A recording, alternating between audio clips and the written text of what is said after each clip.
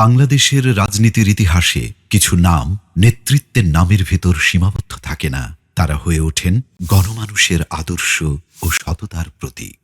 Doctor Shafiqur Rahman একজন চিকিৎসক, একজন সংগঠক আর গণমানুষের অধিকারের প্রশ্নে এক আপসীন কণ্ঠস্বর।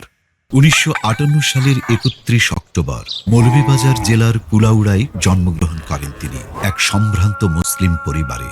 মানুষটি ছোটবেলা থেকেই ধারণা করেছেন সামাজিক মূল্যবোধ এবং ধর্মীয় অনুশাসনের ভিত্তিতেই ছিল তার বেড়ে ওঠা। শিক্ষাজীবনে ছিল সফলতার ধারাবাহিকতা।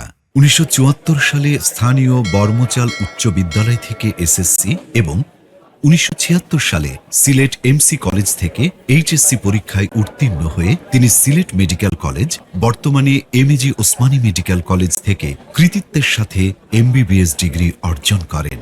মুক্তিযোদ্ধা পরিবারের সন্তান ডাক্তার শফিকুর রহমান ছাত্রজীবনেই রাজনীতির সাথে সম্পৃক্ত হয়ে পড়েন। ১৯৭৩ সালে জাসদের রাজনীতি দিয়ে শুরু করলেও পরবর্তীতে ১৯৭৭ সালে দিন প্রতিষ্ঠার প্রত্যয়দীপ্ত কাফেলা বাংলাদেশ ইসলামী ছাত্র শিবিরে যোগদান করেন।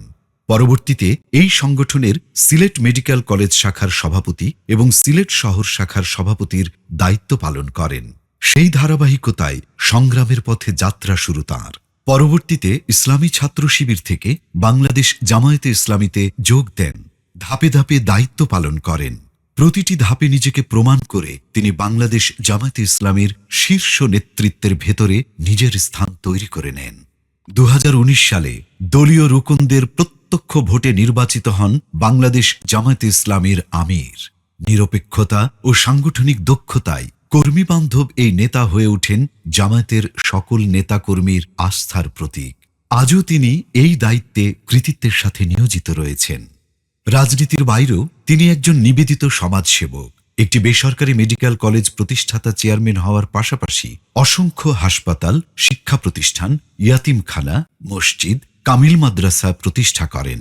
Sylhet chamber of commerce and ইন্ডাস্ট্রিজের সদস্য হওয়ার পাশাপাশি সেবামূলক কাজ হিসেবে বিশেষ অবদান রেখে যাচ্ছেন Bangladesh red crescent society, Bangladesh medical association BMA-তে।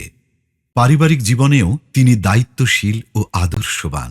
পরবর্তী প্রজন্মকে গড়ে তুলছেন শিক্ষা ও সেবার পথে। তিনি 2 মেয়ে ও 1 ছেলের জনক। ডাক্তার শফিকুর রহমান নেতৃত্বে আদর্শ ও রাজনীতিতে সততার প্রতীক হিসাবে একটি আলোকিত, ইনসাফ ভিত্তিক ও দুর্নীতিমুক্ত বাংলাদেশের স্বপ্ন দেখেন। জাতি গঠনে ও সংস্কারে সবার সাথে মিলেমিশে দেশ গড়ার সম্ভাবনা সৃষ্টির এই যাত্রায় ছাত্র, যুবক ও গণমানুষের নেতা হয়ে আলো ছড়াচ্ছেন একটি সুন্দর দিনের অপেক্ষায়।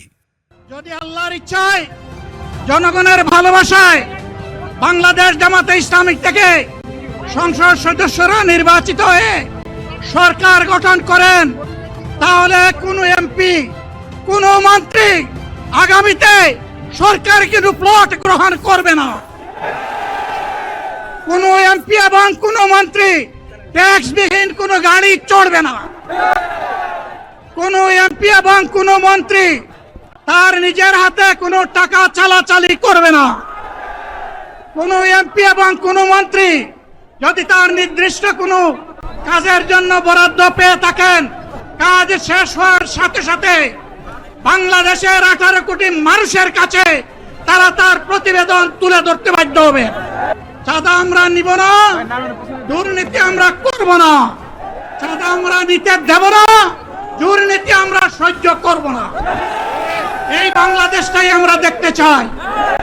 যুবকদেরকে আমরা স্পষ্ট ভাষায় বলতে চাই, বন্ধুগণ, তোমাদের সাথে আমরা আছি। আমি আজকে জামাতের আমির হিসাবে এখানে কথা বলতে আসিনি। আমি এসেছি বাংলাদেশের 18 কোটি মানুষের একজন হয়ে কথা বলতে। আমি শিশুদের বন্ধু, আমি যুবকদের ভাই, আমি বয়স্কদের সহযোদ্ধা, আমার বোনদের আমি ভাই। সুতরাং তাদের মুক্তির জন্যই আমি দায়িত্ব নিয়ে আজকে এখানে দাঁড়িয়েছিলাম।